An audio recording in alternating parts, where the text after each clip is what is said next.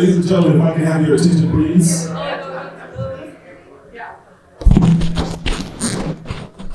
Thank you for coming out tonight. I'd like to introduce Dr. Robert Madoff, a retired criminal, is it physiologist? Psychologist. First of all, thank you very much. I had the distinct pleasure to be the chairperson for the Veterans in Politics Ball. This is the third time in 6 years. It's a seventh biannual event. First of all, I'd like to welcome our honored guests. Among them are Congresswoman Amata, right over there.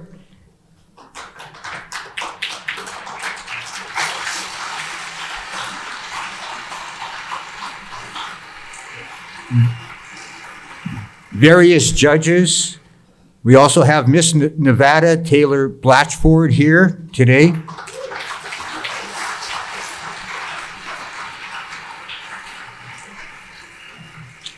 Before I turn it over to B. Taylor, our MC for tonight, I'd just like to say a few things.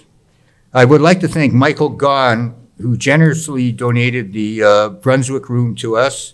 We have a lot of great people who generously donated their time to this very, very worthwhile cause.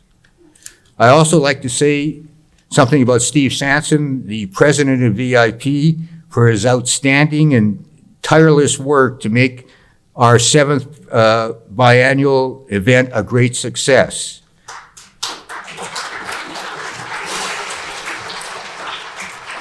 Before we get to the invocation, I just wanted to, we're going to start with the invocation. We have Pastor Mike Rodriguez, if he would stand up and come up to the front. To the pulpit. Stand up here when the color guard comes up. Yeah, yes. Thank you. Good evening. Let's pray, please. Blessed are you, Lord God, King of the universe. We thank you for your mercy, your compassion, and your love. We thank you, O Lord, for the beautiful country, the United States of America, that we are privileged to live in. And we thank you, Father, for all those who have given of their lives to serve in the military. So many of our brothers and sisters have given the ultimate price, giving their lives. The cost of freedom, not only here in the United States, but around the world. And we thank you, Father, for those who are here tonight, supporting the cause to enable our veterans to have homes within which to live, medical care. Father, we thank you for the blessing of life, and we thank you for this evening. In Jesus' name we pray. Amen.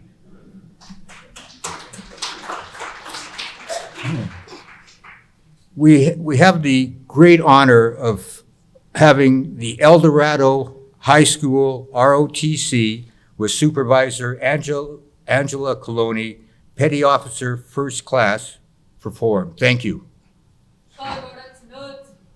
Forward. March.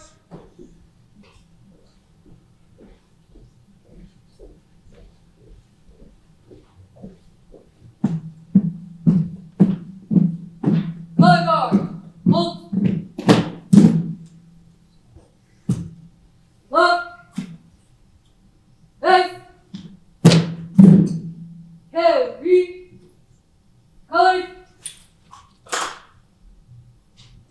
Ready. Cut. Present. Colors.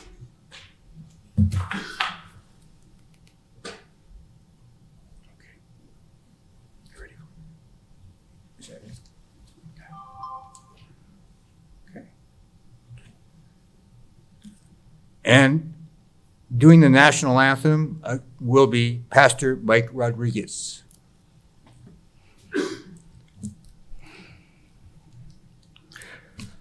Oh, say, can you see by the dawn's early light.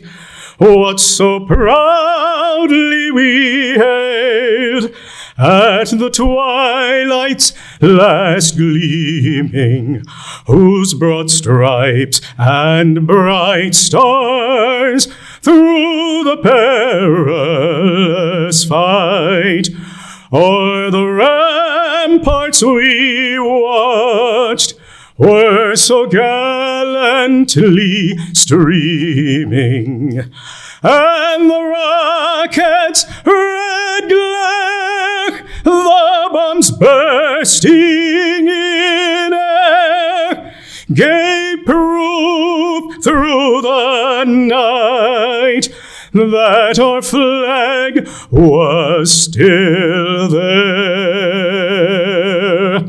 Oh, say does that star-spangled banner yet wave o'er the land of the free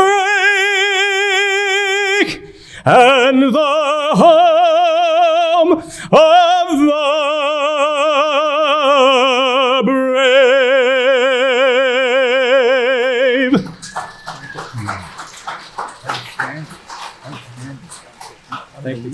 Carry. Colors. Ready. Cut. Order. Colors. Ready. Cut. Right. Face. Forward. March.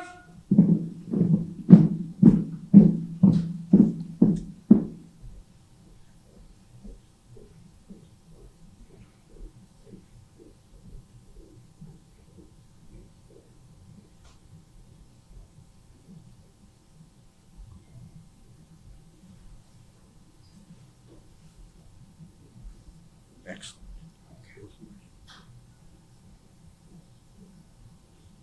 You can be seated now. Yeah, you can be seated now. Thank you.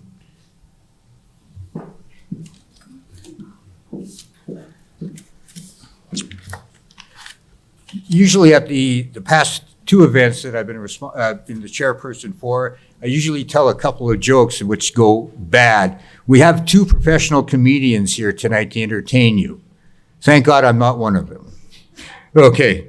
I would like to talk to you about the B. Taylor, who's going to be the MC tonight.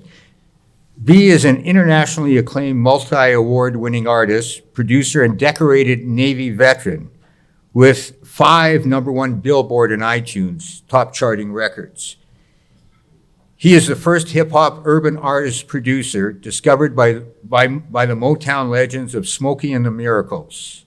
He has worked with produced for CBS's NCIS actress Polly Porrette, Chris Brown, Snoop Dogg, and Ray J. Florida, and many more. He is a best-selling author, speaker, and a Goodwill Global Ambassador and advocate of entertainment for the U.S. military, for its veterans, first responders, and their families.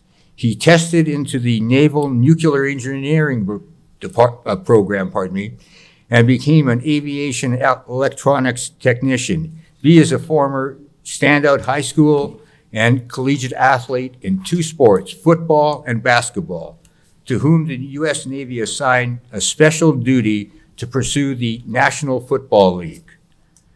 He obtained 2 degrees in engineering and a master's in military science, and is currently involved in the University of Aspen doctorate program. B. Taylor, along with Nikita Mandela, the eldest granddaughter of Nelson Mandela, is the co-founder and CEO of the NRM EV Group, which is the first official Nelson Mandela signature electric and hybrid vehicle. Before I leave, I just want to wish everybody here, first of all, thank you very much for coming. We appreciate your time. And second of all, enjoy yourself throughout the evening. Thank you very much.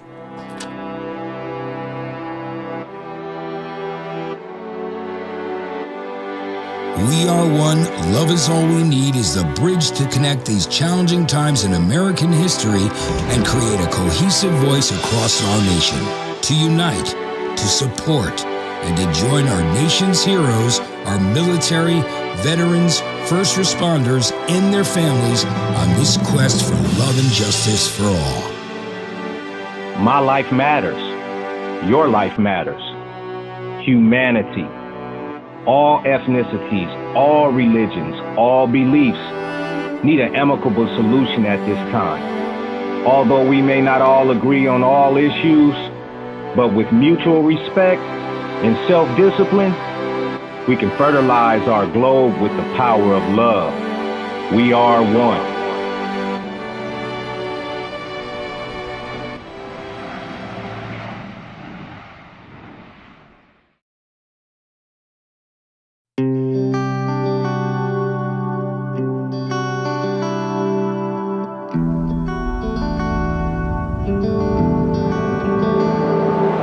I wake up in the morning, knowing I must go.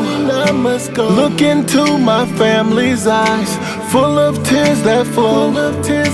Wondering, will I come back home? No one but God only knows. Did I make the right decision? Will my kids be all alone? Gotta hold back the feeling that's inside. Be all that I can be. Wear this uniform with pride. Look up to the heavens for my help. My brothers and my sisters there, they won't ever let me fail. I'm the people's soldier, no matter where I stand. Give up my life for freedom, a good old American. Who cares if I'm a city guy or country boy, that's who I am. Let's all love each other as good old Americans. Wanna say it with me? We are one. We are one. We are one. Yeah, yeah. Love is all we need. A little love is all we need, yeah. We are one. We are one. We are one. Yeah, yeah. Love is all we need. Love is all we need, yeah. We are one. We are one. We are one. We are one. Love is all we need. Love is all we need, yeah. We are one. We are one. We are one. We are one. Love is all we need. Love is all we need, yeah. People dying, babies crying, many fighting. What the hell are we doing this for? All of us have strayed away, pointing fingers every day. What's going on? We need some Marvin Gaye, the miracles, that Motown way. Homeless vets have got to go. Prejudice has got to go. Guns in school has got to go. Suicide can be no more. When I get home, open up and accept me. Remember this one thing, land of the free, yeah. I'm the people's soldier. No matter where I stand, give up my life for freedom. A good old American. Who cares if I'm a city guy or country boy, that's who I am. Let's all love each other as good old Americans. Come on and say it with me. We are one. We are Yeah, one. yeah. Love is all we need. Love is all we need. I got friends. We are I can feel it. we are one. Love is all we need. Love is all we need, yeah. We are one. We are one. We are one. Yeah, yeah. Love is all we Love is all we need.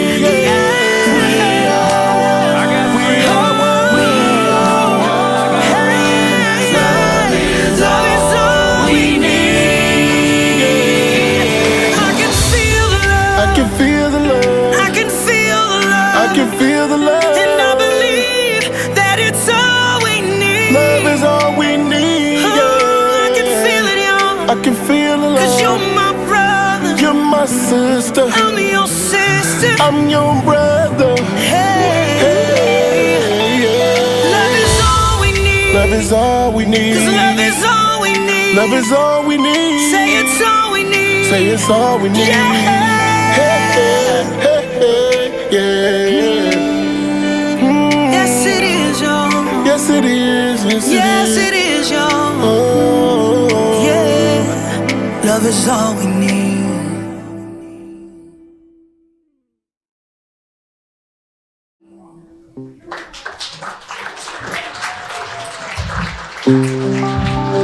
Ladies and gentlemen, please welcome B. Taylor. I wake up in the morning, knowing I must go. Look into my family's eyes. Wow. Thank you guys. I hope you guys enjoyed that video. You know, we shot that during the pandemic, a little history of it. We shot it during the pandemic shutdown. My father was one of the first people here, Reverend Taylor of Victory Baptist Church here in Nevada, who's Army veteran. He preached on Sunday. The Wednesday, my mom, we get a call. My dad's being rushed to the hospital, never been sick. Friday, the country shut down. My dad's on a ventilator and he fought. Man, sorry.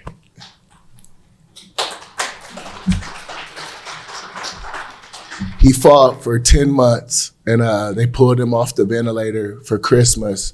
And the Nevada infectious disease doctors was like, you know, he has to be a man of God because at his age at 70, he had a 5% chance with double pneumonia and COVID on both lungs. And I shot that video during May, June, and July when a pandemic shut down, when no one was filming and my dad was in ICU. So it means a lot to me. And I hope, you know, working with Congress, Women Amada and everyone, that we can make this the theme song, because I really believe that this country needs to have love and understand that we are one and love is what we need. So that video is special to me. And so I hope you guys like that, you know. Thank you. And first of all, to Steve, man, I got to say this. If you guys know Steve Sanson, you know, he's a great guy, man. And Steve, thank you for giving me the opportunity. He's always given us veterans and military the platform to be great. And he's just a straight Marine devil dog. What you see, as you guys know, Steve, what you see is what you get. So if you got a weak sense of humor, Steve is not the guy to be talking to, as you guys all know. But, you know, love you, Steve. Thank you for giving me an opportunity and supporting this, and we're going to have a great show. So with that being said, we'd like to show the Veterans in Politics highlight reels.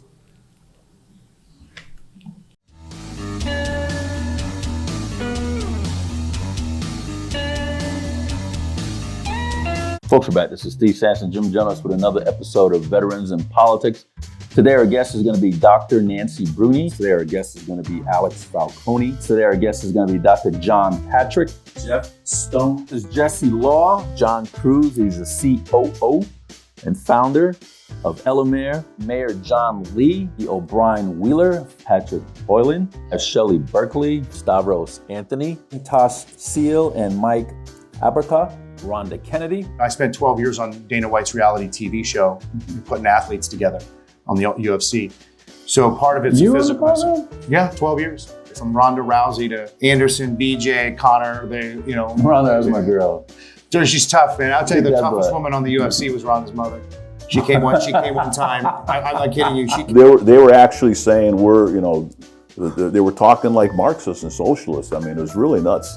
So, has any of those meetings you ever sat down and listened to somebody just really reamed into you, but you can't really comment, but you really want to go down there and pistol whip the crap out of them? Funny you say that. Life or death. That's exactly how I look at politics. Yeah, especially now. Life or death. Especially now. Because you put an asshole into office, that's what you're going to get, death. If you put somebody in office that's brilliant, humble, compassionate, empathetic, you're going to get life. Graffiti and drugs and violence in our schools. And he said, Mr. Stone, don't worry about it. We're going to take care of it. Next in line. Kind of just blew me off.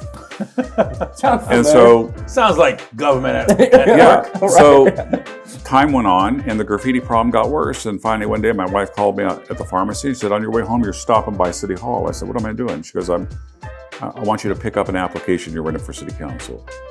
And then I said, why should I run for city council? I said, you're the one that's got the bigger mouth. That didn't go very well. I was doing the math last night, and I know you've been doing it longer, but for you and I, happy 15th anniversary. This will start our 15th year together. Yeah. On the show. Wow. And then also, I just want where you taking me for the anniversary, Jim? They're veterans that hunt down missing teens in the Las Vegas area. A friend of mine who was also in the teams came to me and asked if I wanted to join an organization called Saving America. There is an immigrant caravan that is headed for the southern border of the United States and headed through Mexico, and it came in through Guatemala. Now, the United States State Department is trying to negotiate with the Mexican government right now to get them to stop them from coming into the country of Mexico to begin with. And they crossed into the southern border of Mexico without being stopped. And the response from the Mexican government is, don't worry, they'll tire out and they'll die before they get to the United States border. My parents, who I thought were so old, they were 31 and 34 at the time. I was 12, my sister was 7. Dog, I can't remember. I gotta stop you right there.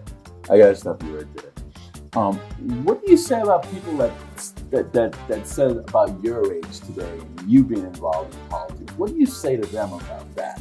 About what? About you being too old. Well, this is so great, Steve. I'm glad you brought that up. When I was first running for the Nevada State Assembly in 1982, I was 30 and pregnant with my son, Max.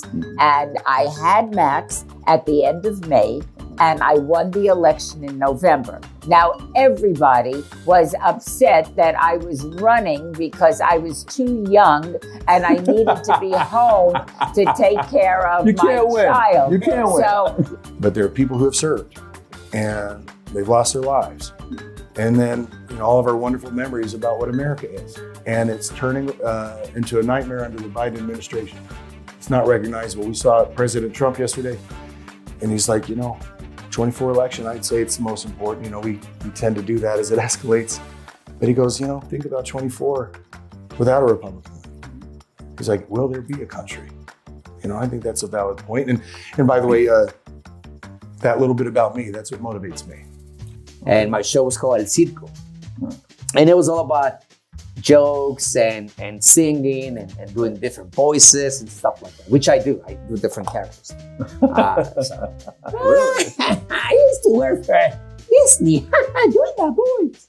And then Spanish too. Hola amigos, soy Mickey Mouse. Bienvenidos a Disneylandia. But before we get to Mr. Falcone, Frank, any rants? Oh yeah, a few of them. Stop bullshitting. Learn your local politics. Stay away from bad CCW instructors.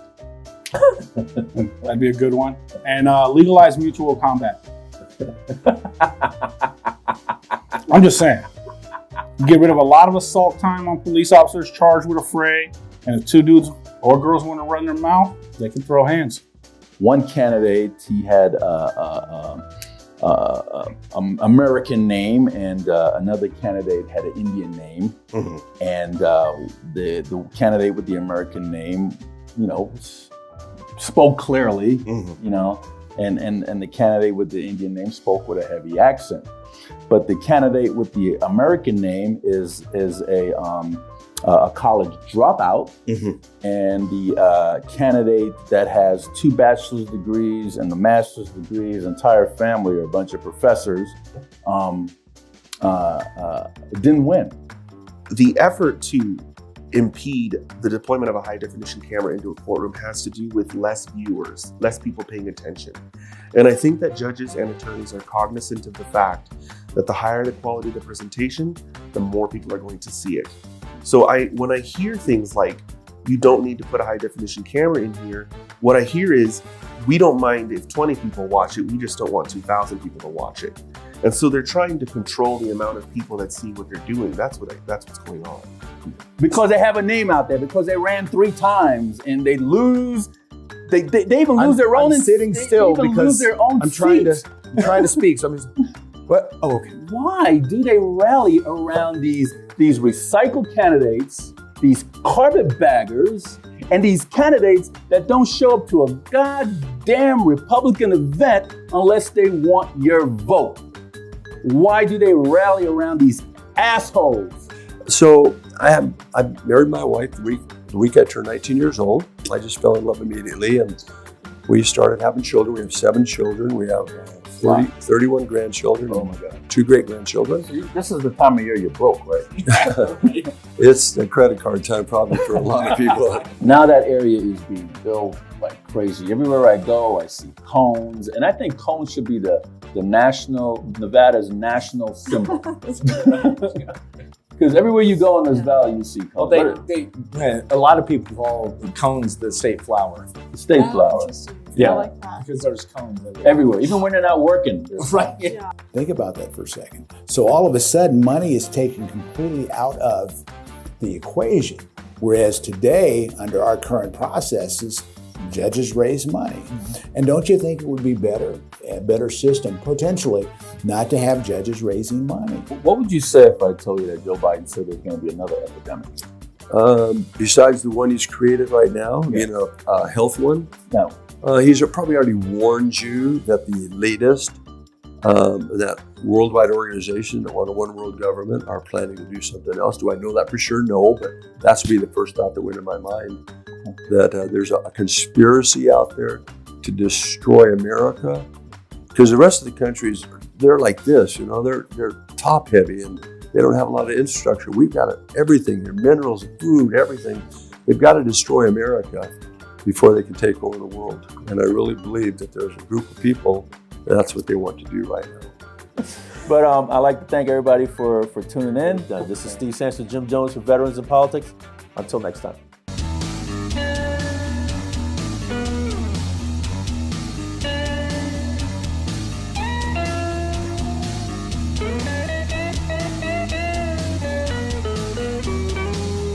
I guess we're going to get the show started, everyone. Hope everyone getting some food and getting things together. Right now, we're going to recognize some of the great elected officials, candidates, and dignitaries, as well as our sponsors. So we're going to recognize them. Stephanie Phillips, candidate for U.S. Senate.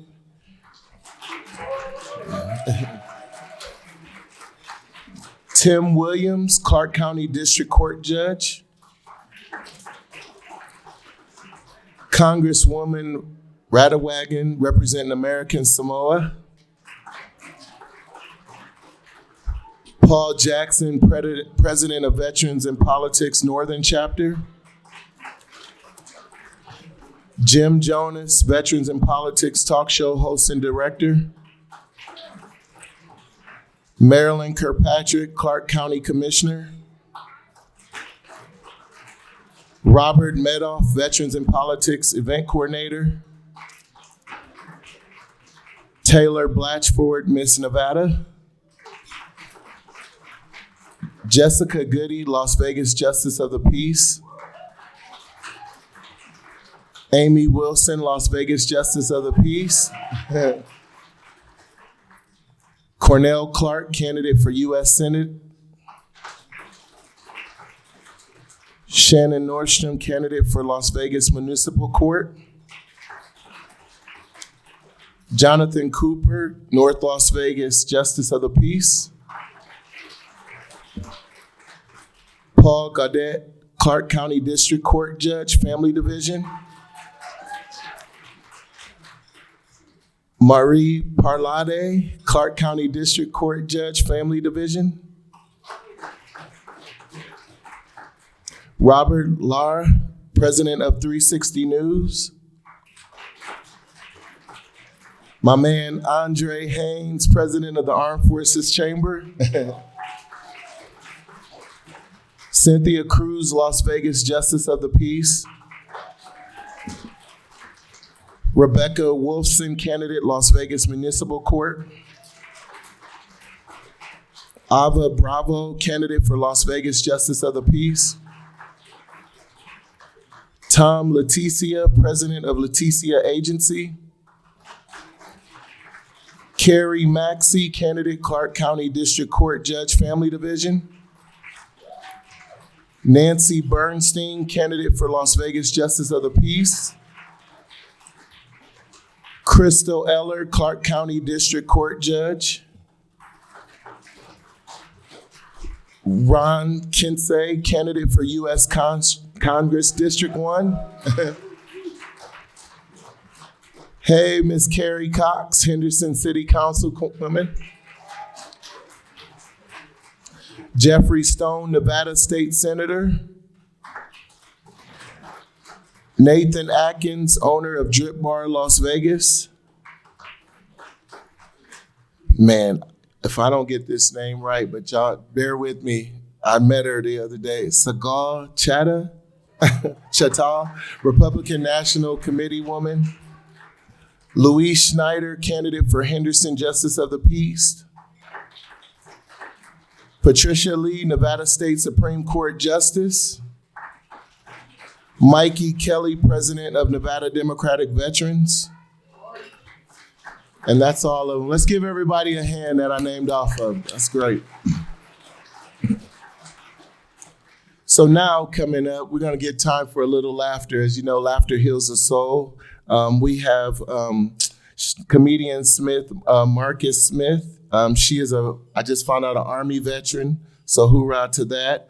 She is the host of the Comic Spot, a proud Army veteran, like I said, 73, 76, Hanau, Germany, 39th Finance. She hails from a rainy place, Oregon. She overcame all adversity and forgiveness. Linda has performed with huge comedy names in great venues across the United States since 2013. Linda interviews comedians all the time, and the last count that she had was 1,125 of them, which, dang, that's a lot of people. The most famous were Sinbad and Tommy Chung, and she did Tommy Chung 5 times. So please welcome up comedian, Army veteran, Linda Smith.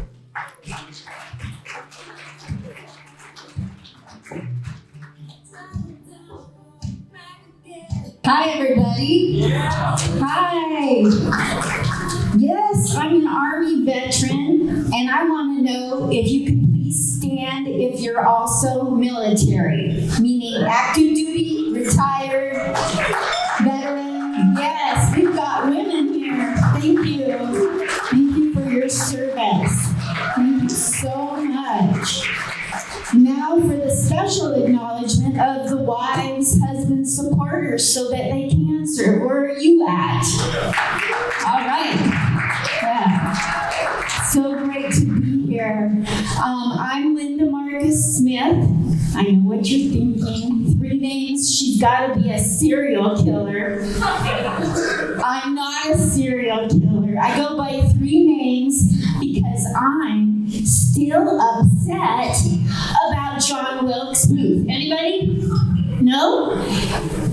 You know, is anybody here that's an actor, actress? Maybe you? No? You? Yes? Well, John Wilkes Booth was an actor. And you're going to be mad too because he got famous with 1 headshot. Yeah, makes me mad. It blows my mind apart too. It's true. I hail from a rainy state, but I like to mess with New Yorkers. Is anybody from New York? You are? Well, awesome. I like to run up to New Yorkers and say, hey, you guys, I'm from the Upper West Side. And you say, no, you're not, right? Exactly. That's my point. I like to say I'm from the Upper West Side, and they say, nah, forget about it. And I'm like, no, the side of the map, Oregon. Yeah. A little town nobody's heard of in the news before at all, Portland. Exactly. My town is now a punchline. Yeah. I grew up over here on the poor side of Portland, the east side. And I used to have to take a very slow trolley. Young people, that was a train. All the way across town, very slowly to shop. Shoplift. I know none of you in politics have ever taken a paper clip. I get it. But I have to tell you, back before I quit, I almost made a five and dime drugstore turn into nonprofit status. One tube of lipstick at a time. It was 1969. You call that color of lipstick, it was radioactive orange. Do you remember? You don't remember it, okay. I quit. It was wrong to shoplift. Shame on me. I quit. I went back to Fred Meyer's store and I said, I'm sorry, it's wrong. They said, no problem, just don't come back. They really did forgive me, and now Fred Meyer's store is blossoming because they put out good karma. Give it up for Fred Meyer stores. That's right. That's what happens when you give out good karma. But every day in my emails, I get bothered by them. They send me these emails to save 50% on the lipstick I used to get for free. I still know how to do it. I just choose to be a better person, right? I'll have you know that when I'm standing here today, I'm going to choke up on this. I'm standing here today because of our military. That's right. So thank you so much. You made me tingle all over if you served our country. My father went through the Holocaust. He was the only survivor in his family. And our military went in those camps and brought out the survivors. My dad was like 5 years old. So I just thank you so much from the bottom of my heart for being a part of such a great institution, which is our military. That's right. But today we cannot call it the Holocaust. You know, we have to call it Hitler's downsizing program to get away with it. Get it? Yeah, it's kind of crazy out there. You know, I grew up in Portland, and my dad was Jewish, but he married my mother, and she was Christian, and that was a big problem, not for anybody but me. My dad would take me to synagogue and argue with the rabbi every time about the children, and went like this. Mr. Marcus, I told you, your kinder are not Jewish. You married a goyim, you married a Christian woman. My dad would say, now wait a minute. I went through the Holocaust. I married a Christian. Well then, what does that make me? And the rabbi said, well, that makes you a raging alcoholic. You drove them to synagogue drunk and dropped them off. Nobody argues with me. I'm the rabbi. Quit arguing with me. They're not Jewish. And we were asked to leave the synagogue. That was a lot of rejection for me, but it made me dig deep into laughter, right? So when you get asked to leave the synagogue, they really call it invited not to return. I get it. So I resorted to a 5-letter word. Yeah, forget the 4-letter words. I went straight to a 5-letter word. Church. Or as my Jews would call it, Meshugana. Yeah. Guess what I found out in church? And the Jews and the Christians had one thing they agreed on. Neither one of them wanted me. I found the one thing Jews and Christians agreed on. Where's my Nobel Peace Prize? Life just isn't fair, is it? Yeah. I am Linda Marcus Smith from Oregon, and I moved here a couple days before the pandemic hit. Yeah, I couldn't wait to get here. They said in Vegas you can be whatever you want to be. Oh my gosh, this is my place. And I got here and there was a shutdown. There was no drinkers, no gamblers, and none of them slick trading cards all over the sidewalk. How was I going to get a slip and fall accident and pay rent? But I managed to. Yeah. I moved here and I started talking to people, and my career has been taking off because I'm listening to other people. My career has been hitting this, it's been going crazy since I got here at bus stops. Yeah, I'm killing it on the 108. This little lady, she was sad, so I went up to her and I said, how would you like to hear a joke? Because that's the antidote to being sad, right? She said, okay. I said, blah, blah, blah, punchline. And she said, keep your day job. Oopsie, I hadn't had a day job since 1996. Yeah, you're looking at a lady who's a military vet with a brain injury. That's right, I'm memorizing lines with a brain injury. I think that's pretty cool at 73. Yeah. But now I have a day job. Guess what my day job is? Getting attention in Vegas as a 73-year-old. There's so many young, hot, beautiful women here. Do you know what I have to do to get attention? I have to dress up in a prom gown every day with high heels and walk the strip. Now, I like attention. I just don't like them assuming that I'm the wrong kind of streetwalker. I do it with a Fitbit. Yeah. When they pull me over, they want to see my Fitbit as proof. Sometimes I forget it. That gets fun. Yeah. So, I love doing comedy, and I do it for the military around the country. I've gone to veteran stand-downs. I've gone to inpatient and outpatient psych wards to make veterans laugh. And as you know, they say 22 a day are offing themselves, and there's nothing better than laughter to help veterans cope. So it's been my joy to go and make veterans laugh. So I just wanted to let you know that that is my passion. And when I'm telling jokes to anybody who served our country, I literally get tingly all over my body. All over my body, guys. Like from here to here, I get tingly. And that's how I know I'm always going to get out there and find another GI spot. GI spot. Keep eating your dinner, you'll get it by the time you get your dessert. I'm Linda Marcus Smith. Thank you so much for letting me serve up jokes.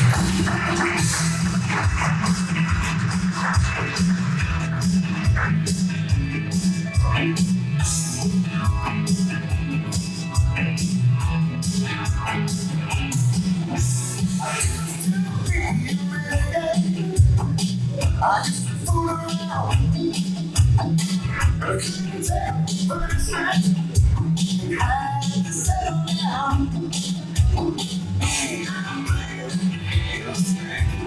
Thank you, Linda. Thank you again for that. And now, please welcome my great friend, Mr. Steve Sanson, president of the Veterans in Politics Foundation, who put this great event on. Come on, Steve.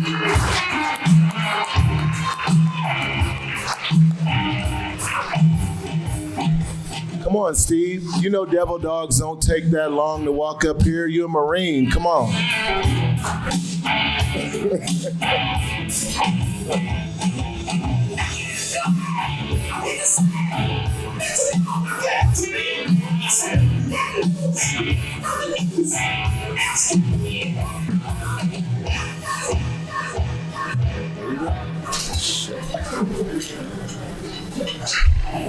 How's everybody doing? How's everybody doing?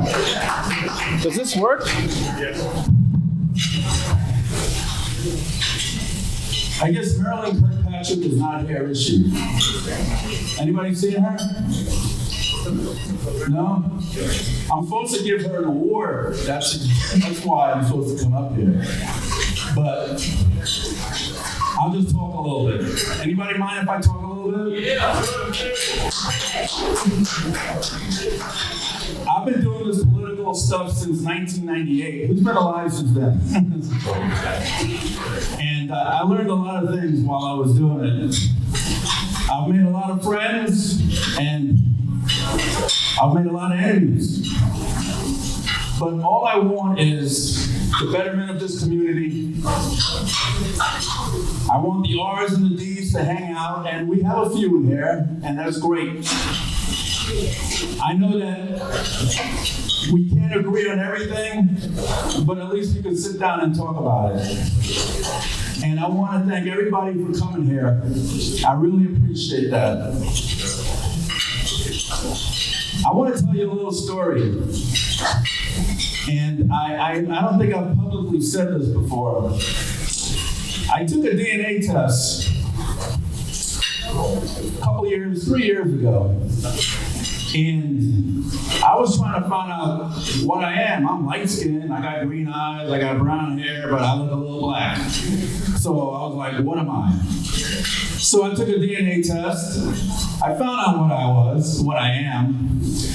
But then I also found out that I had 17, is it 17 Hugh? We lose track. About 17 brothers and sisters I knew nothing about. I've met 8 of them so far. And 2 of them is here today. Mr. Hugh Ford. Stand up, Hugh.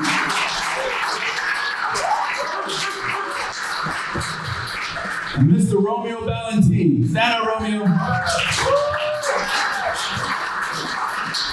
Who would believe that? I also want to recognize my children. I'm 26 years old. But I have a beautiful daughter. Actually, I have 2 beautiful daughters, but one of them is 15. I didn't want her to come. But I have a beautiful daughter that I love with all my heart. And I'll die for her. Stephanie, stand up, baby.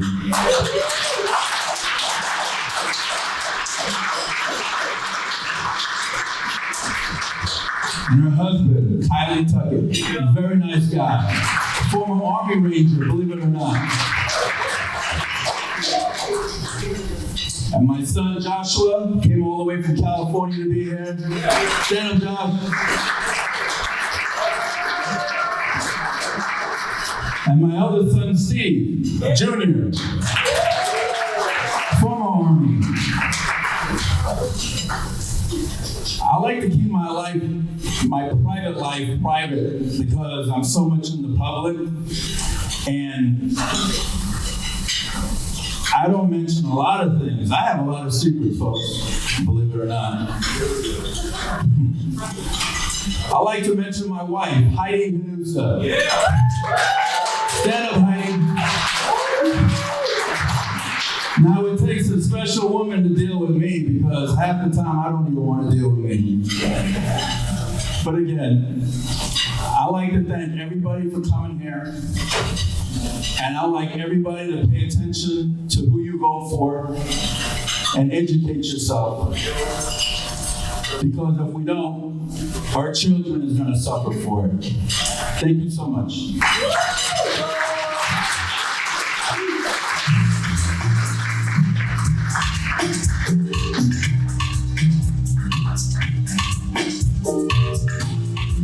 I'm glad you played that song. I produced that record. I produced it. Alrighty. Thanks, Steve. Like I said, man, if you don't know Steve in here, get a chance to talk to him. A great guy. What he does for the community and what he does for our military and veterans and giving us the platform to thrive. So thanks, Steve, for sure. Now, We now for this awards presentation and our speaker, one of the speakers, she is a high, man, you know what? I don't want to mess this up, but I'm going to say what I do know because, I hate to mispronounce things and pronounce names, but she is a high chief, a Republican that was elected as American Samoa's third member of Congress on November 4th, 2014. She is the first woman to serve in the United States House of Representatives from American Samoa, the first Republican woman of Samoan descent in Congress, and the most senior Republican elected federal office holder of Asian Pacific heritage. Congressman Radewagen serves on 3 committees on the House Veteran Affairs Committee. She has a senior role as the vice chair of the full committee and chairman of the Women's Veterans Task Force. Within the committee, she serves on 2 subcommittees. The subcommittee on health, her top choice of assignments for the veterans of American Samoa, along with the subcommittee on oversight and investigations, which conducts oversight efforts regarding the VA. She serves on the House Foreign Affairs Committee and 2 HFAC subcommittees. The subcommittee on the Indo-Pacific, on which she is a vice chairman, and the subcommittee on global health, global human rights, and international organizations. Congresswoman Radewagen also serves on the House Natural Resources Committee and the 2 subcommittees on H&R that are most directly related to American Samoa, the subcommittee on water, wildlife, and fishing, and the subco.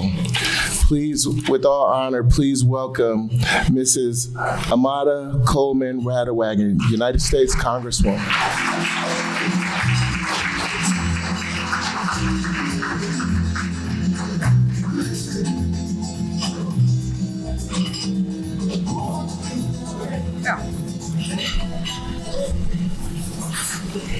Talofa lava. Thank you very much for that warm welcome. I especially want to thank Steve Sanson for inviting me to this wonderful event tonight, and to B. Taylor for helping to make this trip possible. Steve has become a good friend over the years, and I appreciated him coming to Washington and bringing Stephanie Phillips with him to discuss veterans issues before Congress.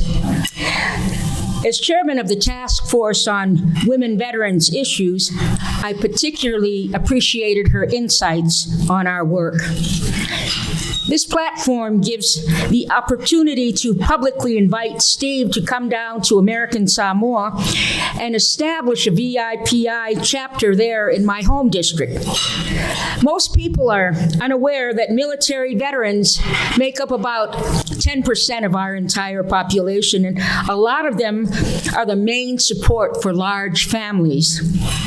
I know that if Steve sets up a chapter there, it'll make a wonderful float in any of our parades, like Flag Day, 4th of July, or Veterans Day. Well, if you ever want a wonderful experience, join our veterans and see in person one of our Island Flag Day celebrations, full of daily events from music and dance to boat races. These are meaningful holidays for us, and maybe B. Taylor will come down with him so we can put on a show, as our military is always recruiting Samoans. But most of all, I want to salute all the veterans here tonight. I want to thank you for your service and the sacrifice you've made to help protect our nation. It's always a special honor and humbling to speak to you. See, I'm from a military family. My grandfather served in the U.S. Navy. My father survived the air attacks on Oahu on December 7th, 1941, as a young officer, and served in famous campaigns such as the Solomons and in Guadalcanal. I have brothers in both the Navy and Army, and now I represent the people of American Samoa who've built a track record of military service enlisting at very high rates, and we have a large population percentage of veterans. My first hire in Congress was a chief of staff, and Army Colonel Lefaina Tavai, she had just retired from the Army. She's our island's first ever graduate of West Point or from any of the service academies. So, thank you for your service to the country. Some of our older veterans answered the call through the draft. I hope we never have a war that requires a draft again. Most of our veterans volunteered, and we're blessed that our armed forces are all volunteer. And as an American Samoan, I know firsthand that as veterans, you and your service are a great source of pride to your families. It's an honor to serve our veterans in Congress, and one of my 3 committee assignments, as Bea mentioned, is the House Committee on Veterans Affairs, where I serve as vice chairman. I also served as co-chairman of the committee's Women Veterans Task Force, looking specifically at challenges they face. And during my time in Congress, working under 4 different chairmen in that committee and in and out of the majority, we've seen a lot of progress on different priorities. In fiscal year 2015, the VA had $163 billion to serve veterans. By 2022, it was up to $270 billion, an increase of $107 billion, averaging a $15 billion boost each of those years. So within that, Congress emphasized funding on mental health efforts, still a serious concern.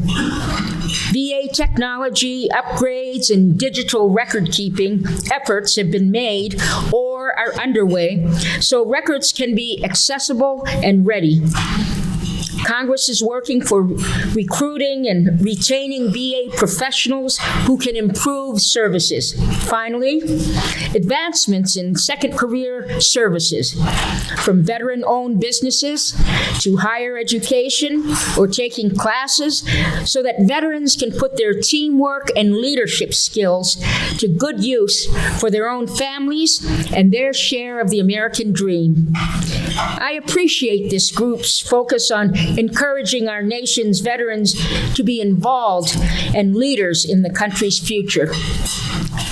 There's so much more to be done, though, and you, our veterans, deserve the best health care possible and available.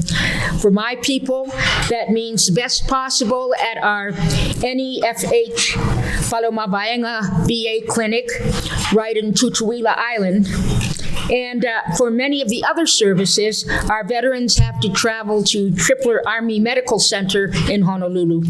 For those in rural and remote locations, such as the Pacific Islands or right even out here in the West, we need to fully explore the growing possibilities of telehealth options.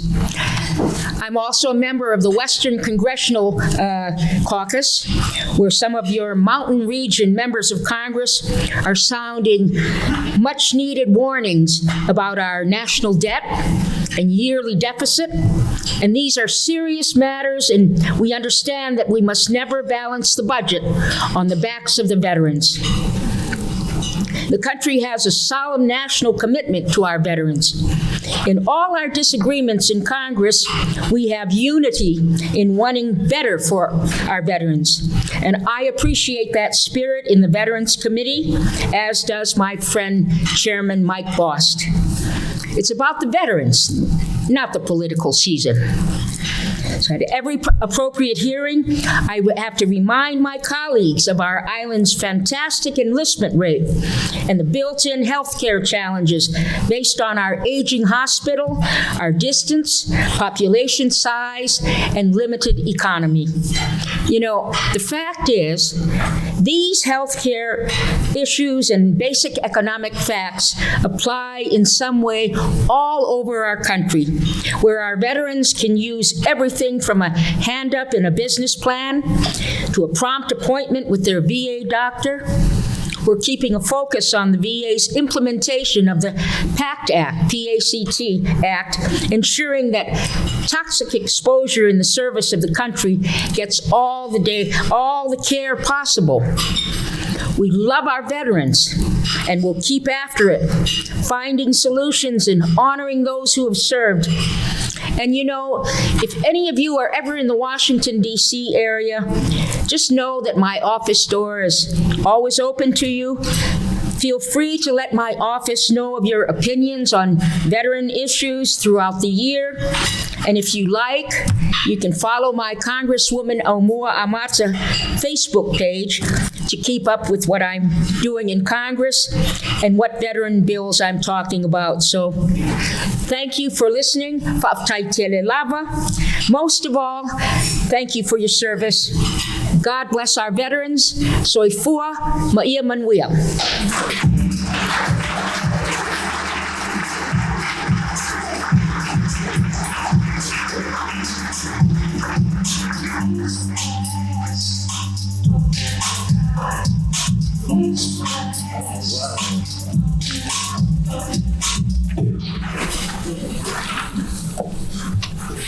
Awesome. Thank you, Congresswoman. I want to also acknowledge great friend, her husband that made the trip, Mr. Fred Wadawagon as well. He's here, so please acknowledge him as well. So this says here, Frank Friends, we'd like to introduce them to come up, who will be helping us to conduct this auction that's about to go down. So please welcome Frank Friends. Thank you.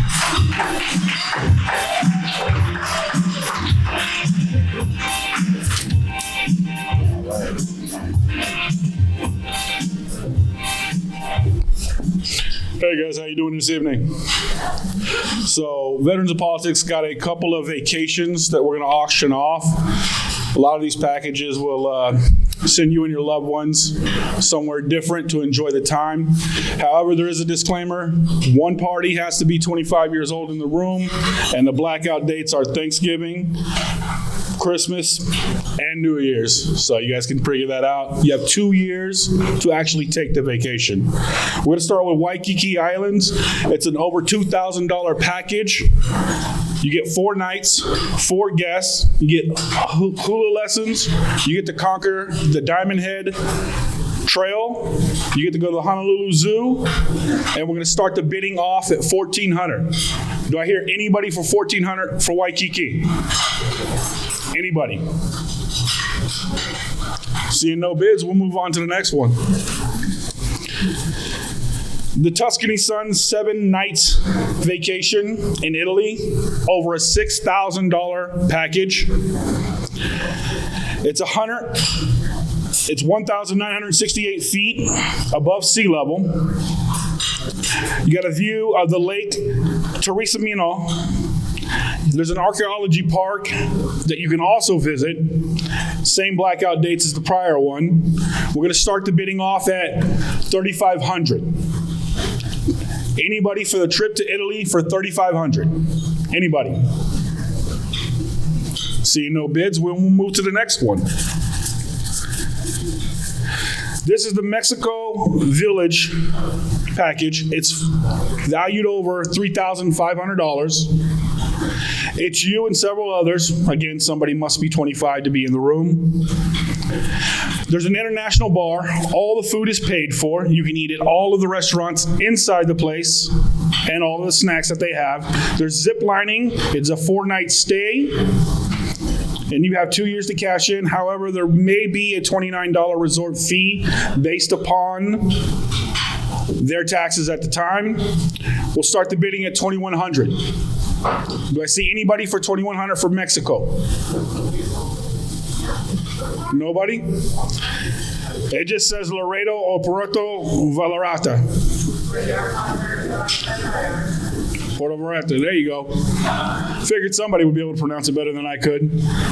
But we'll start at $2,100. Do we see any bids for $2,100? Seeing no bids, that will close all of the auction places. I have nothing else, Steve.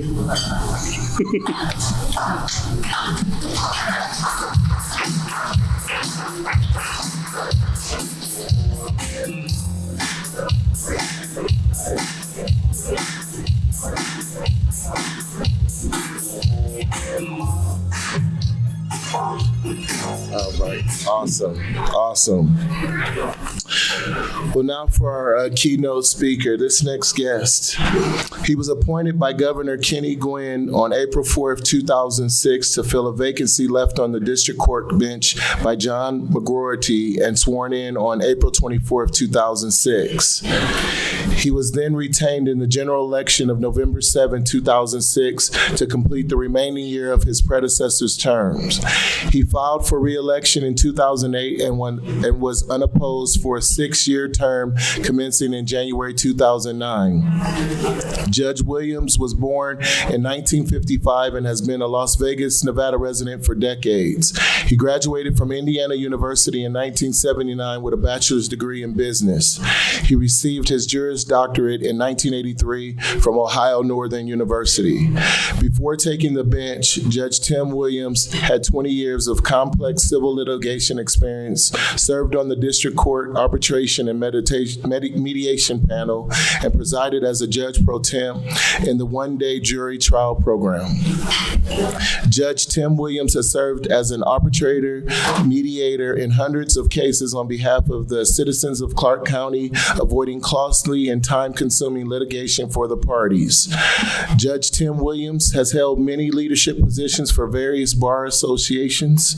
Judge Williams is the former president of the Nevada Trials Lawyers Association, former president of the Las Vegas chapter of the National Bar Association, past member of the Consumer Protection Committee for the State Bar of Nevada, past member of the Fee Dispute Committee for the State Bar of Nevada, and a member of the Nevada Supreme Court Arbitration Mediation Short Trial Committee. He also served 10 years as a panel member of the Medical Dental Legal Screening Panel for the State of Nevada Insurance Division. Judge Tim Williams obtained an AV rating in Martindale-Hubbell as a lawyer for the legal ability and high ethical standards. Judge Tim Williams has lectured lawyers and judges over 30 times on continuing legal education for the State Bar of Nevada, Clark County Bar Association, and Nevada Trial Lawyer Association. He also has lectured law students at the Boyd School of Law, University of Nevada, Las Vegas. In his addition to his commitment to the law, Judge Williams has received United States congressional recognition for community service. In 1994, Judge Williams was honored as the Humanitarian of the Year for assisting boys from single-parent homes. Judge Williams has also sponsored Little League Baseball and junior high basketball teams in Clark County District. Please, without further ado, let's please welcome Judge Timothy Williams.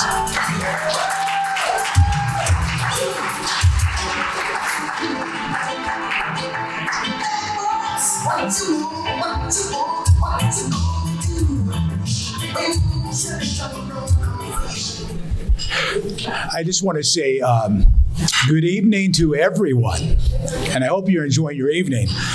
Tell me, where did you get all that information from? Anyway, my name is Judge Tim Williams. I've been on the district court bench. This is my 18th year. And, you know, that's a long time when you really think about it. And you know, as a trial judge, when you're called to speak, you know, you're very limited as to what you can talk about, right? And in a general sense, I'm limited to issues regarding education. I can't talk politics. I can't talk about pending cases. But what I do want to talk about, which I feel is very important, is this. You have to get to know your judges. You really and truly do. You have to know who they are. And I know many of you don't realize it, but there can be cases involved in active civil litigation that will have an impact on your life.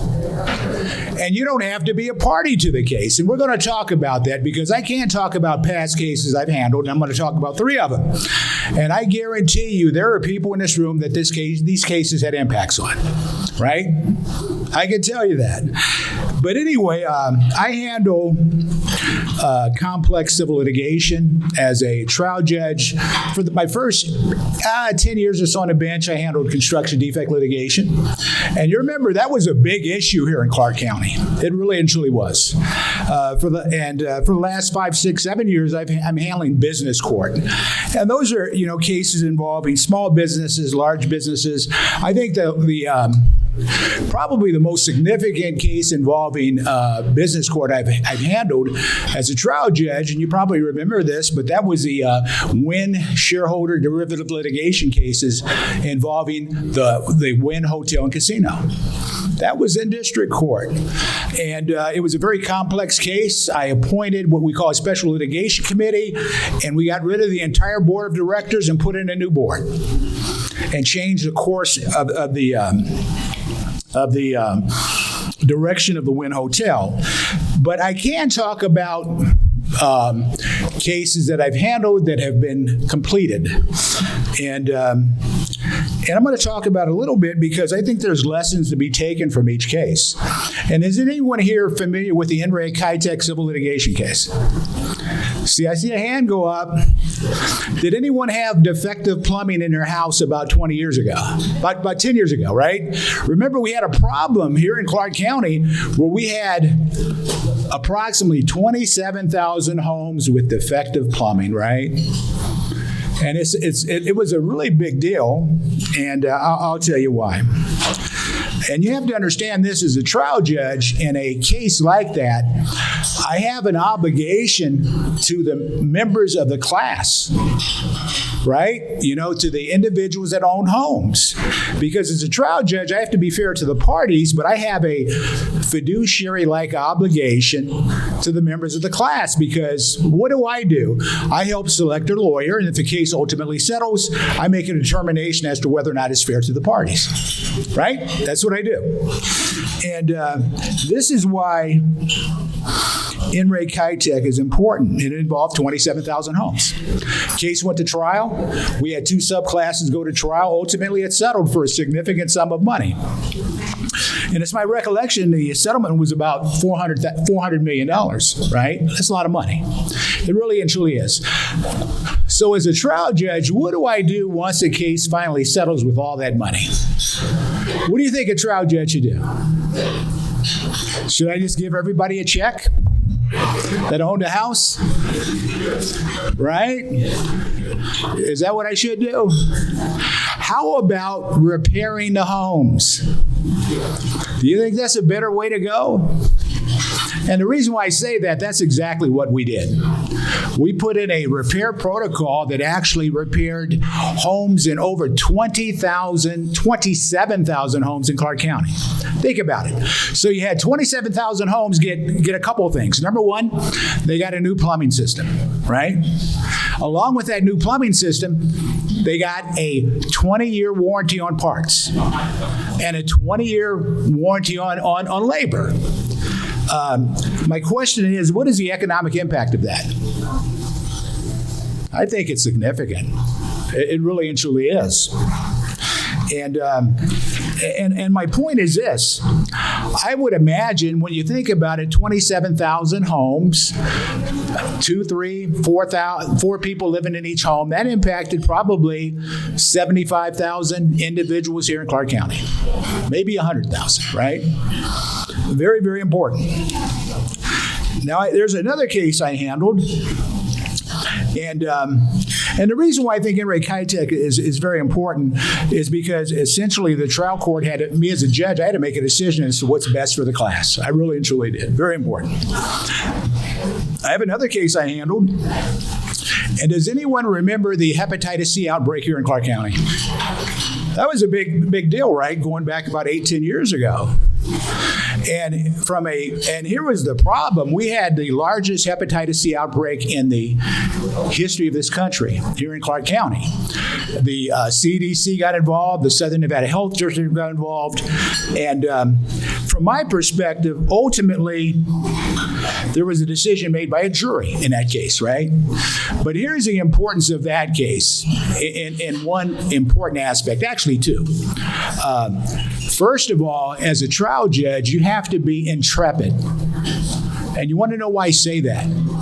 I remember during the course and scope of the trial, the defendants were holding press conferences outside my courtroom every day. The case had an international significance in that we had the French Free Press in my courtroom every day. And as a trial judge, I realized what they were trying to do was influence my ultimate decisions as far as the case is concerned. And so what did I do? I followed the law. At the end of the day, there was a verdict in that case in excess of $500 million. But here's why it's important. The end result of that case is this, and I think what juries do, juries always get it right. I feel it's very important to point that out. And what that did was it actually changed injection practices as far as patients going in and vials of propofol not being reused. Changed it throughout the entire country, had a significant impact. But what is to be learned from that case is this, as a trial judge, you have to do things that are not popular. You have to do what's right. You have to follow the law. And you have to be intrepid. You really and truly do. There's another case I like to talk about, and this is a case I had my first year on the bench. And in many respects, this would be, I know we have a lot of judges here, and from time to time, and those wanting to become a judge, running for the Las Vegas City bench. We have JPs and so on and so on. But at the end of the day, we make decisions that are very, very, very important. And here's my point.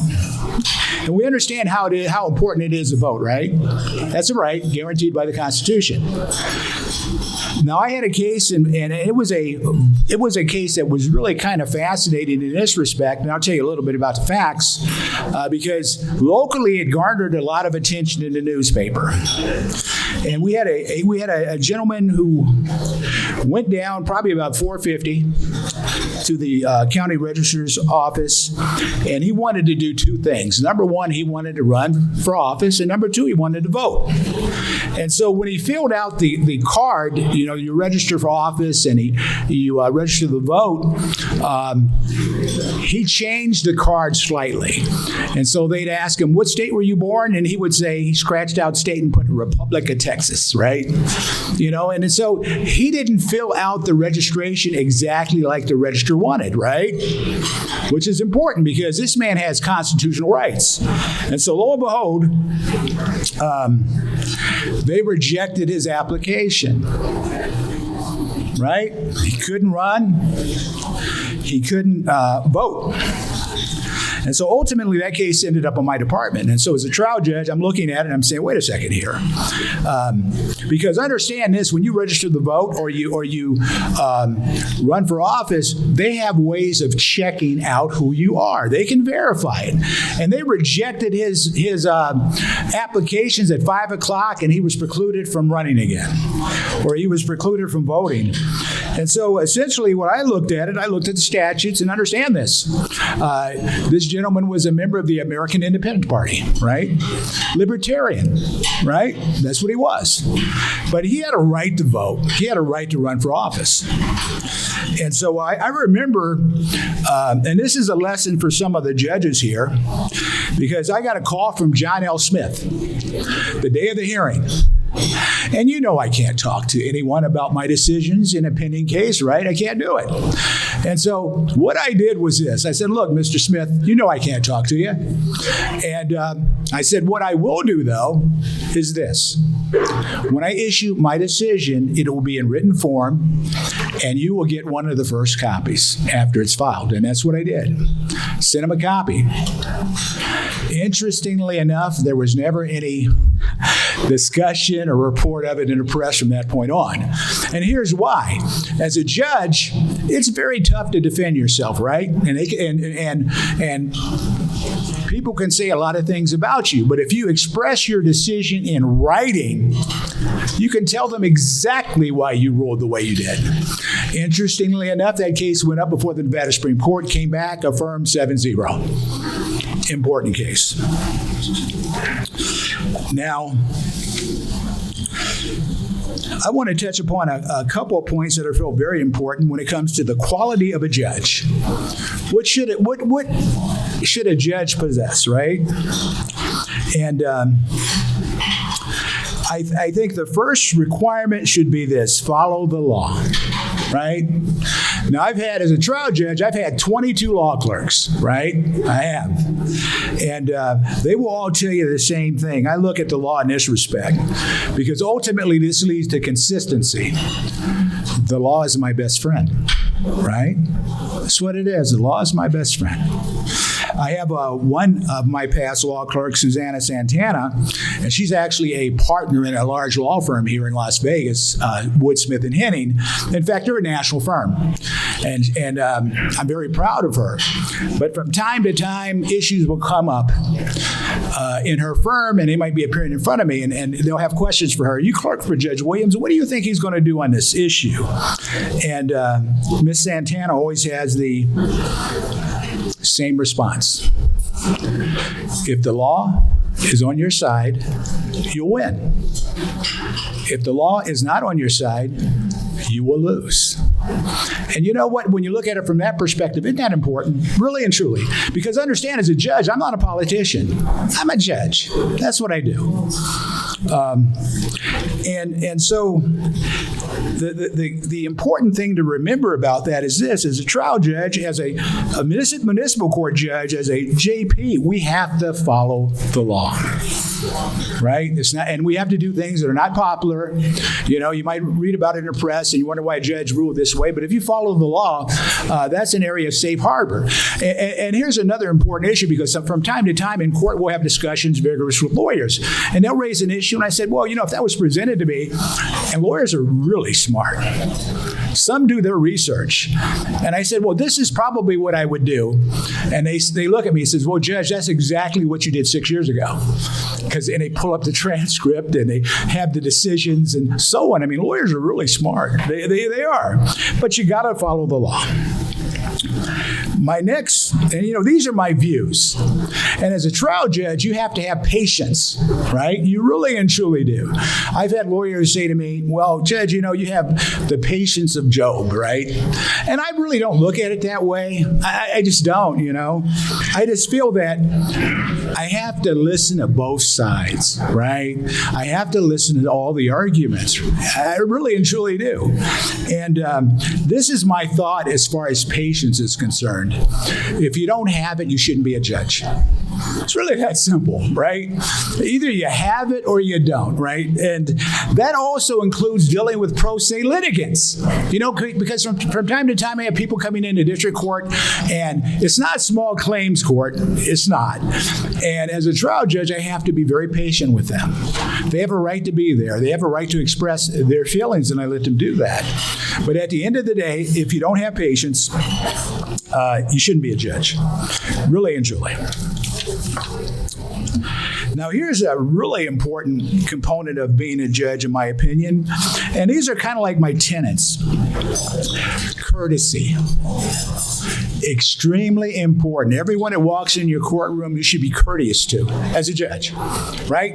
Because when you look at it, you know, from this perspective, you know, from a judicial perspective, I'm not a politician. I'm not a lawyer anymore. When I was appointed by Governor Gwynn in 2006, he placed me in a position of public trust, right? That's why he appointed me. And so part of that is courtesy. And this is what I found fascinating, because I try to be courteous. I really do. It doesn't matter who you are. You walk in a courtroom, I'm going to treat you all the same. But it's fascinating as far as the impact of courtesy is concerned, because everyone knows we have elected judges, right? We do here in Clark County, here in the state of Nevada. And when I was thinking about these points as far as courtesy, impartiality, patience, and all these things, I remembered in 2013, and has anyone ever read the column we have every 6 years, Judging the Judges? You've seen it, right? Probably at some point. But this is what I found fascinating from 2013. And this is important for anyone wanting to run for judge or become a judge. Think about this for a second, because we have a lot of candidates here. And this was Jane Ann Morrison in her column, 2013. This was part of the Judging Judges. And this is what she said, and I never thought about it until she put this in a column. And this is what she said. Was it a coincidence that the judges with the 3 highest courtesy scores were unopposed? Think about it for a second. No opposition. Courtesy. It's a big deal. It really and truly is. How you treat people. And I've looked at it from this perspective. When it comes to being a trial judge, I just want to be the type of judge I wanted to practice in front of. Nothing more, nothing less. I have another bullet point that I think is very, very important, and it's education, right? We talk about judges. And as part of the education, I have a letter I'm going to read to you in a few moments. But understand this and think about it from this perspective. How many of you have received a summons in the mail to appear for jury duty, right? Come on. And if you've received it, I don't think many of you thought about it in this respect. You didn't sit there and say, look, I got the summons here, and I'm going to go down and serve the men and women of Clark County and sit on this jury. Anybody feel that way? You feel that way? I drove the place. You thought, right? I mean, well, you know, here's the point. Maybe you'll rethink it, because I'm going to read a letter to you, and I'm going to talk about it. I want you to rethink it for a second, because what I try to do is this as a trial judge. I understand that when summons are received in the mail, people don't want to serve on a jury. They don't. But what I try to do is explain to them why they are there, right? From an educational perspective, because we talk about, have you ever heard of a document called Complaints and Grievances? Filed pre-Civil War, right? I mean, pre-Revolutionary War. And what was grievance number 7? Anybody know? It's a right to a jury trial. My next question for you is this. When's the last time you've read the Declaration of Independence? July 4, 1776. Right? What is contained in the Declaration of Independence? Grievances from the colonists. They wanted an independent judiciary, and they wanted a right to a jury trial. Right? And so here's my point. Every time I bring a jury in, I actually spend a lot of time with them. We have the Pledge of Allegiance. We talk about all these founding documents of our founders. And we talk about the preamble of the Constitution of the United States of America. When's the last time you've read the preamble? What's the first concern raised by the founders? After a more perfect union, what do they say? Establish justice. They wanted a system of justice, right? And we talk about that. We do the Pledge of Allegiance. We talk about the history of our great country. And this is important for veterans because you know what? I received a letter from a veteran. And that was in one of the big cases I talked about. And this letter is dated February 8th, 2013 from a combat vet. I'm going to read it to you. This man served. And his name is Devon Andre Rice. And I'm going to tell you what Mr. Rice had to say to me. And this is what he said. He said, "Dear Honorable Judge, I am Devon Andre Rice, and I want to thank you for educating the other jurors on the preamble of the Constitution of the United States on February 6, 2013 at approximately 1300 hours. He went further because this was a long case. He said, for the last approximate 2 weeks, I had to sit and listen and witness the complaining of the dreaded jury duty. That's what Mr. Rice said. And he said, are these the people I laid my life down for potentially? It is. And I would do it again and twice on Sunday.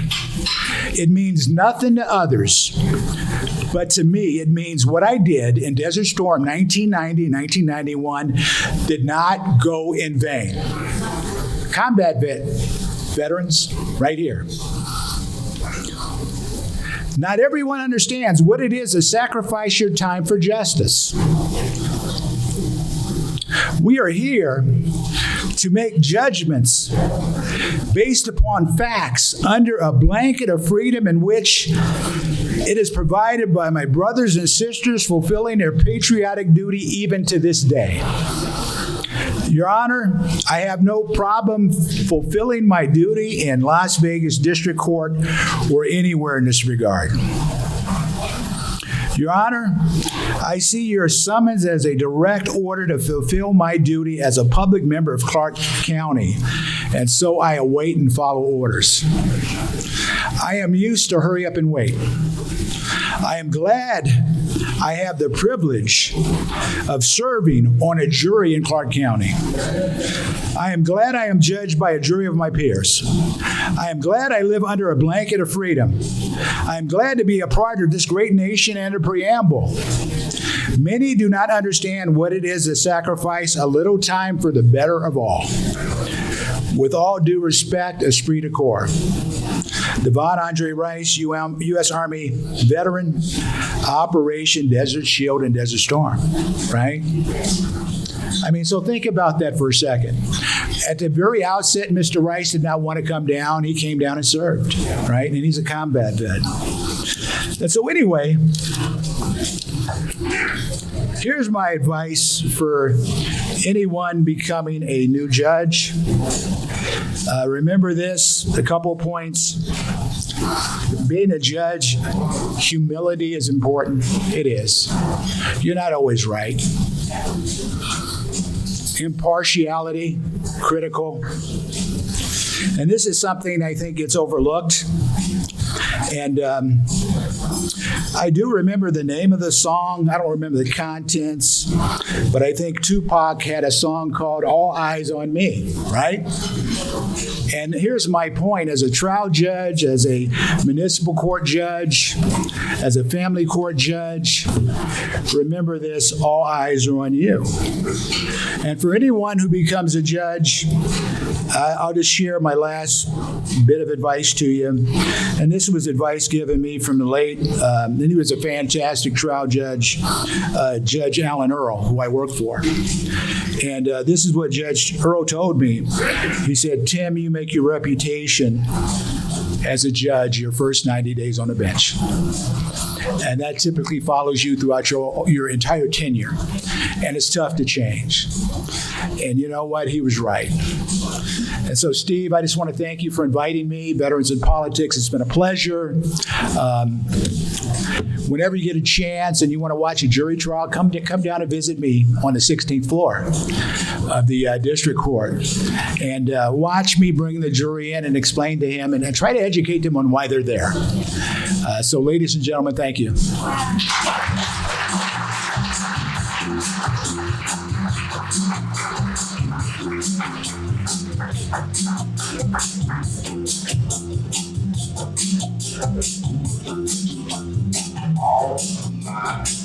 Awesome. Thank you, Judge Tim. Thank you. Last but not least, please stomp your feet and clap your hands for the LA stand-up comic who will join us in our festivities. He's also Steve Sanson's brother, Mr. Romeo Valentine. Please welcome Romeo.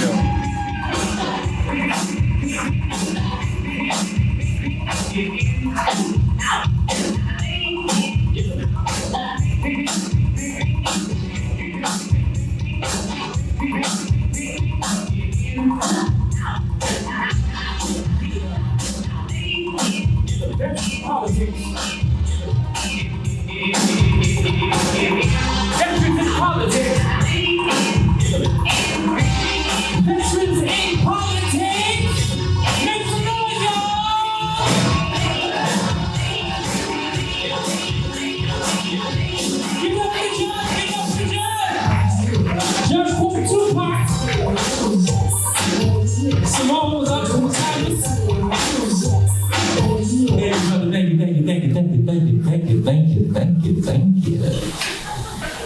You was having human sounds up. Y'all know this was about to happen. You know this was about to happen. Veterans, please Give it up for yourselves, the real superheroes of this country, the real superheroes of this country.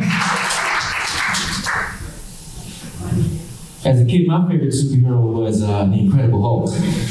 That was my superhero, you know. Because besides JJ and the Jeffersons, I was about the only other colored person on TV. Turn green for the ride. Oh man, I'm happy to be here. Came out from LA. Steve flew me out here from LA. Stopped at Baker.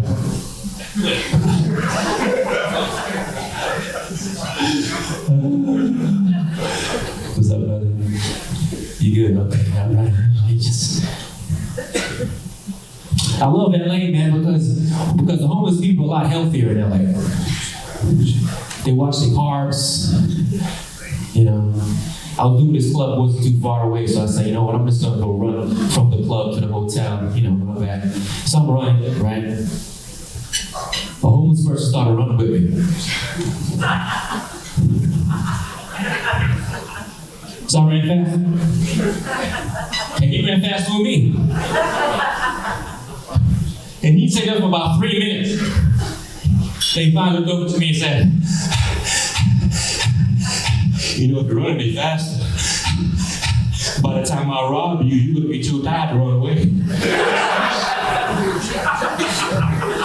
Steve, man, what's up? That's my brother, man. We just met, that's crazy.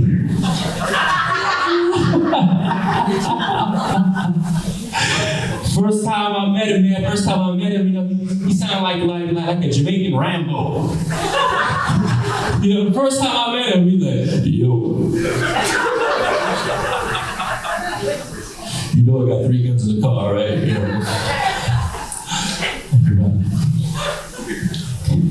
We did the ancestry. The ancestry's for real. That ancestry ain't no joke. And we feel, we had to. We look at ancestries, and it was crazy because we were 50% indica.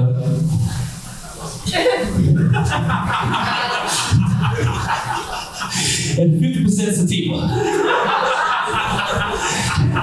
We're hybrids. You too, Hugh, don't deny. We had a party, man. Everybody came over to the house. Everybody, you know, Stephanie, Kat, John, everybody came over to the house. It was beautiful. All these nationalities in the house. And you know there's white people in the house because I saw a box of White Claw. White people love their White Claw. Don't y'all? Y'all love some White Claw. I even got 2 in the purse. Look at you. And she made sure to drink the watermelon. This is for you, watermelon. Okay.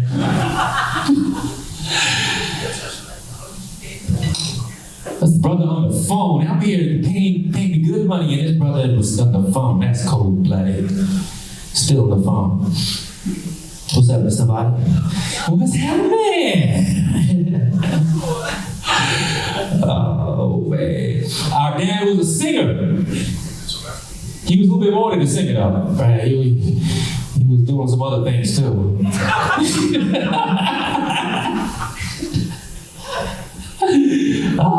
What's happening, bro? You okay? Some tight jacket, man. Small next time, bro. Small next time. All comedians want to sing. Where's Linda? Give it up for Linda, my girl Linda, my lady Linda, doing comedy. Love her. Love you, baby.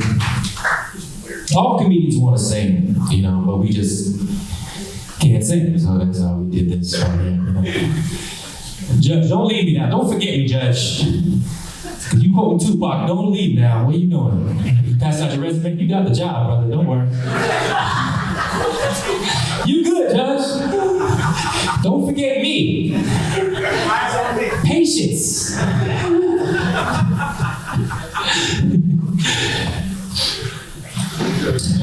Sing those Christmas songs. I like Johnny Mathis. Johnny Mathis is singing those Christmas songs. You know, Johnny Mathis be shaking. Johnny.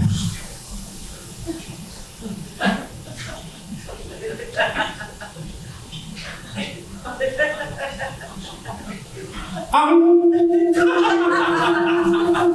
dreaming of someone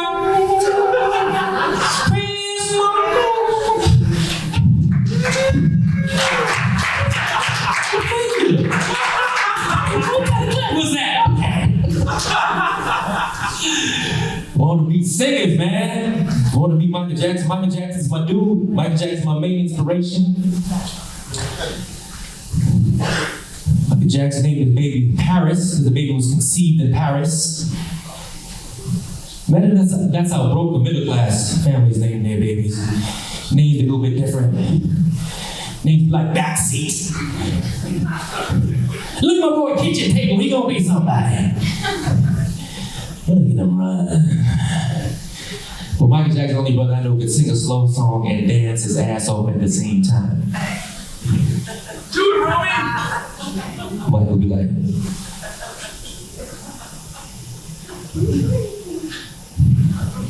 can I sing to you, Mr. Valen? Thank you. There'll be no darkness tonight. Baby, our love will shine.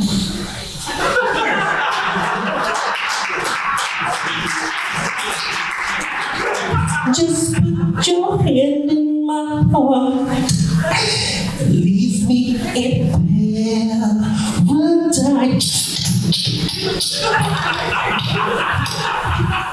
You're everyone in this world to me. I treasure time, steal away.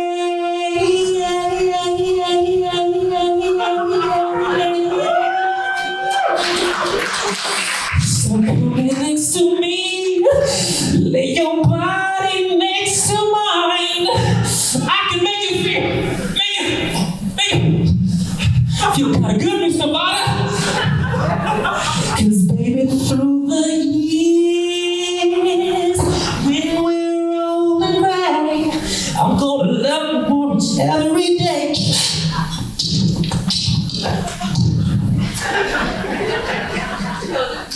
For you will always be the light in my life. Get up for y'all, Sam.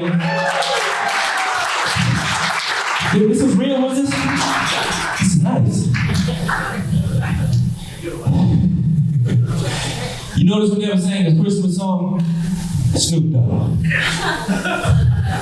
DJ, give me some love.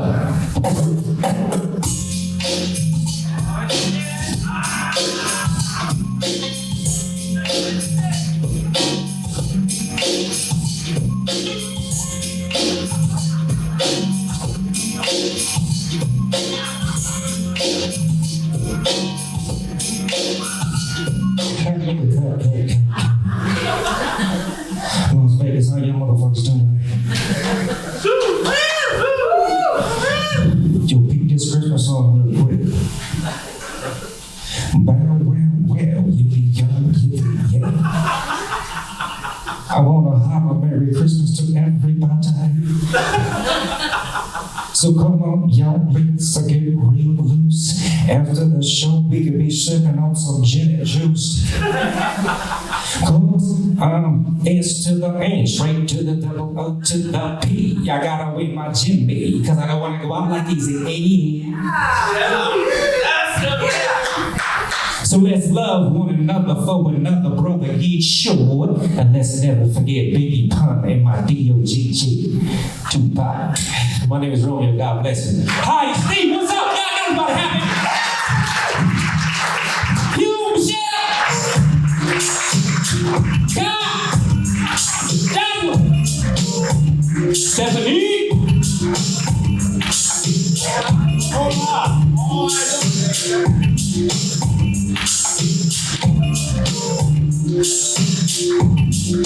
You know what? I bet you got it.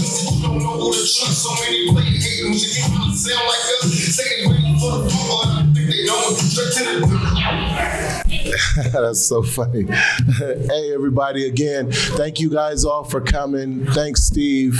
Thanks for the wonderful time, and we're going to be back to do it again. And just continue to pray for our troops, pray for our family members. And now it's time to party, so the DJ going to get it crunk, and everybody let their hair down and feet, take your shoes off, and have a good time. Thank you for having us.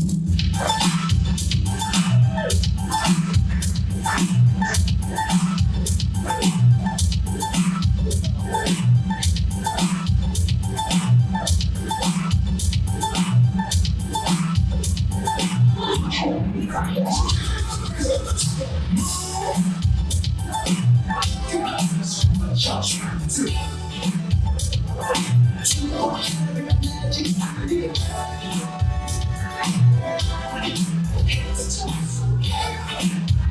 out! This showtime. Guess who's back again? Count. Then as soon as we walk in, shut up. I'm wearing shoes. Yes, I'm mixed. Yeah, even with fire shoes. Don't hurt yourself. No, come grab the blues. I'm a dangerous man. Put some money in my pocket. Some of the pretty girls are holding it. Keep up.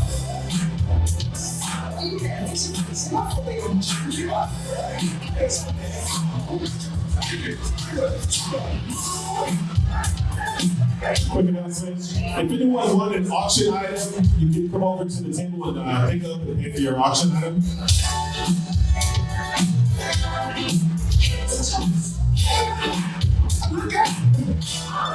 Second verse for the hustlers, gangsters, gangsters, real bands. Can't preach, I gotta show them, get it in first. Take your seats, do your spend your money like a bitch.